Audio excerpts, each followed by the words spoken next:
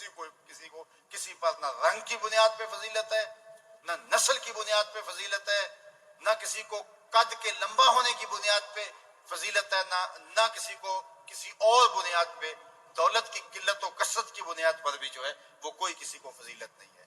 اسود رائی حضور کی خدمت میں حاضر ہوا، اللہ اکبر، یہ ایسا شخص ہے کہ جس نے کوئی نماز نہیں پڑھی سیدھا جنت میں گیا۔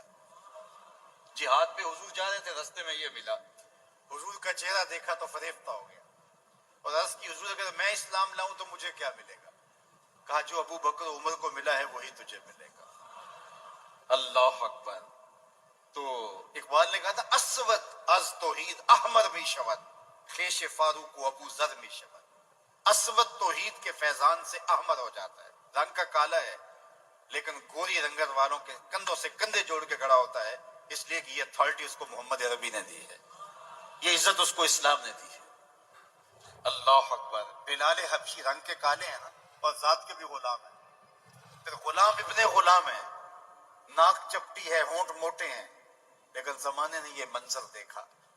حضور کے وصال کے بعد بلال حبشی شہر مدینہ چھوڑ کے داریا چلے گئے تھے، شام کا ایک شہر ہے، وہاں انہوں نے جا کے سکونت اختیار کر لی، آج بھی ان کی قبر شام میں ہے۔ حضرت بلال حبشی کہتے تھے اب مدینے میں میرا جی نہیں لگتا، جب اذان پڑھتا تھا رخ محبوب سامنے ہوا کرتا تھا، تو شہر چھوڑ کے چلے گئے۔ پھر دور فاروقی میں حضور خواب میں ملے، ابن عساکر نے تاریخ میں لکھا ہے اپنی سند کے ساتھ، حضور خواب میں ملے اور فرمایا ما هذه الجفۃ یا بلال، بلال یہ کیا بے وفائی ہوئی، یار ہو کے ملنے بھی نہیں آتے ہو۔ پھر بلال حبشی تیز رفتار سواری پہ دن رات سفر کرتے ہوئے پہنچے، جب مدینہ المنورہ میں پہنچے تو کوہرام مچ گیا، اللہ اکبر۔ تو جب وہ پہنچے نا مدینہ المنورہ میں تو حضرت عمر رضی اللہ تعالیٰ عنہ مسجد نبوی سے باہر نکل کے بلال حبشی کا استقبال کرنے کے لیے کرے۔ بادشاہوں کا استقبال کیا ہی کرتے ہیں، یہ روز ہمارے ایئرپورٹوں پہ تماشا لگا ہوتا ہے، کوئی نہ کوئی آیا ہوتا ہے اور اس کے استقبال کے لیے پروٹوکول بھی ہوتا ہے، گارڈ آف آنر بھی ہوتا ہے۔ بادشاہوں کا استقبال کرتے ہوتے ہیں، یہ صدیوں سے چلا آ رہا ہے، لیکن آج تک آپ نے ایسا نہیں دیکھا ہوگا، یہ منظر پہلی مرتبہ دنیا کی تاریخ میں رقم ہوا، ایک غلام اور غلام زادہ کالے رنگ کا بلال مدینے میں آ رہا ہے اور امیر المومنین استقبال کے لیے کھڑا ہے۔ اور جب بلال حبشی مدینے میں پہنچتے ہیں تو بلال کے استقبال کے لیے امیر المومنین آگے بڑھتے ہیں اور بلال کا کالے رنگ کا ہاتھ چوم کے آنکھوں سے لگاتے ہیں اور ساتھ بولتے ہیں یا بلال انت سیدنا و مولانا، اے بلال تو ہمارا آقا بھی لگتا ہے، تو ہمارا مولا بھی لگتا ہے۔ یہ عزت بلال حبشی کو کس نے دی؟ جواب آئے گا آمنہ کے لال نے دی ہے، یہ عزت مصطفیٰ جان رحمت۔ اسود از توحید احمد می شود، بلال حبشی مدینہ المنورہ میں آ گئے، اللہ اکبر۔ اب سارے لوگوں نے کہا بلال وہ اذان تو سناؤ، مدتیں ہو گئیں کان ترس رہے ہیں اس اذان کو جو تم حضور کے سامنے پڑھا کرتے۔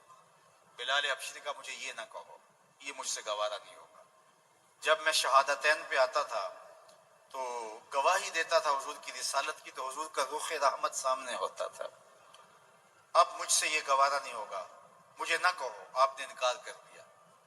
اتنے میں حسنین کریمین بھی آ گئے کہ بلال آئے ہیں تو وہ بھی آ گئے، تو بلال حبشی نے دونوں کے سر اپنی بغلوں میں لیے ایسے اور یوں چھوڑ لیا اور روئے، تو لوگوں نے حضرت حسنین کو اشارہ کیا انہیں اذان کا کہو، تو حضرت حسنین کریمین نے کہا کہ چچا جو حضور کے زمانے میں اذان سناتے تھے اب ہمیں بھی سناؤ۔ تو بلال ان شہزادوں کا انکار نہ کر سکے اور بلال اذان کے لیے کھڑے ہو گئے، اللہ اکبر اللہ اکبر۔ کہتے جو آواز بلند ہو رہی تھی لگتا تھا جس طرح زلزلہ آ رہا ہے، لوگوں کے دلوں کے اندر یہ کیفیت تھی، لوگ گھروں سے نکلتے آ رہے، حتیٰ کہ پردہ نشین عورتیں بھی گھروں سے باہر آ گئی۔ مسجد نبوی کے گرد ایک ہجوم بن گیا۔ کہتے ہیں حضور کے وصال کے بعد لوگوں کو اتنا کبھی روتے نہیں دیکھا تھا جتنا لوگ آج رو رہے تھے۔ بلال اذان دے رہے ہیں، ذرا ٹھہر جا مؤذن میرا دل لرز رہا ہے، ذرا ٹھہر جا مؤذن میرا دل لرز رہا ہے، کہیں کعبہ گر نہ جائے تیری شوخ مست اذان سے۔ اتنے دل نواز آواز بڑھتی چلی جا رہی ہے۔ اقبال بولا اذان ازل سے تیرے عشق کا ترانہ بنی، اذاں ازل سے تیرے عشق کا ترانہ بنی، نماز تو اس کی دید کا ایک بہانہ بنی، ادائے دید سراپا نیاز تھی تیری، کسی کو دیکھتے رہنا نماز تھی تیری۔ بلال کی آواز بلند ہوتی چلی جا رہی ہے، رشا بڑھتا چلا جا رہا ہے، لوگوں کے دلوں کے اندر ایک ہیبت پیدا ہوتی ہے، دل لرز رہے ہیں۔ خواتین بھی، پردہ نشین عورتیں بھی مسجد نبوی کے گرد آ کے جمع ہوگی۔ کسی نے کہا لوگوں بلال تو آگے ہیں، حضور کب آئیں گے؟ عجیب منظر ہے، اور بلال اذان دیتے جا رہے ہیں، اور جب شہادتین پہ پہنچے تو غش کھا کے گر پڑے۔ آج پہلا موقع تھا کہ بلال اذان پڑھ رہے ہیں اور سامنے حضور کا چہرہ نہیں تھا۔ اللہ اکبر، کالے رنگ کا بلال، لوگ ہاتھ چوم رہے ہیں۔ کالے کو یہ عزت کس نے دی؟ یہ سونے چہرے والے محمد عربی نے دی ہے۔ تو عزت تقوی کی بنیاد پر ہے، عزت جو ہے وہ اللہ سے ڈرنے کی بنیاد پر ہے۔ یہ اسلام کا اصول زندگی ہے۔ اسلام نے مساوات کا درس دیا۔ کسی کو دولت کی بنیاد پہ عزت نہیں ہے، کسی کو رنگ کی بنیاد پہ، کسی کو لمبے قد کی بنیاد پہ، کسی کو علاقائی شرف کی وجہ سے عزت نہیں ہے، عزت تقوی کی بنیاد پہ ہے۔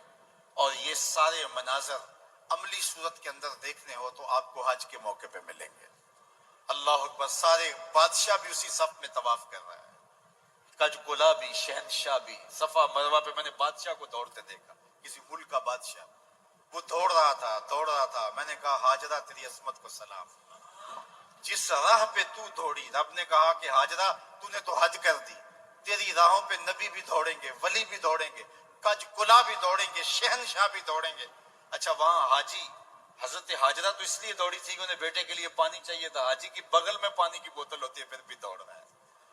وہاں جگہ جگہ جو ہے وہ پانی کے کولر لگے ہوئے ہوتے ہیں، ٹھنڈا پانی دستیاب ہے، لیکن پھر بھی دوڑ رہا ہے۔ تو صاحب وہ تو پانی کے لیے دوڑی تھی، تم کیوں دوڑ رہے ہو؟ کہا میں پانی کے لیے نہیں دوڑ رہا، نماز محبت ادا کر رہا ہوں، کسی کی ادا کو ادا کر رہا ہوں۔ کہا ہاجرہ جن راہوں پہ تو دوڑی ہے ان راہوں پہ زمانہ قیامت تک دوڑتا رہے گا، تیری یاد کو مٹنے نہیں دوں گا، تیرے تذکرے کو مدھم نہیں ہونے دوں گا۔ اللہ اکبر، کیا رنگ ہوتے ہیں، کیا جمال کی کیفیت ہوتی ہے۔ حج مستی اور کیفیت کا ایک دل نواز سفر ہوتا ہے، اور عجیب جو ہے وہ نور و نکھت کا ایک ماحول ہے جس میں حاجی ڈوب جاتا ہے۔ ایک سمندر ہوتا ہے جس میں ایک قطرے کی صورت کے اندر وہ جو ہے وہ اپنے آپ کو سمو دیتا ہے، اور پھر وہ قطرہ حباب بن کے ابھرتا ہے اور روشنیاں دیتا ہے اور اجالے دیتا ہے۔ آئیے آپ اور میں اللہ کی بارگاہ میں دعا کریں، اللہ ہمیں بار بار مبرور مقبول حج نصیب فرمائے، اور جو حج کے قافلے جا رہے ہیں اللہ ان کا حج قبول کرے۔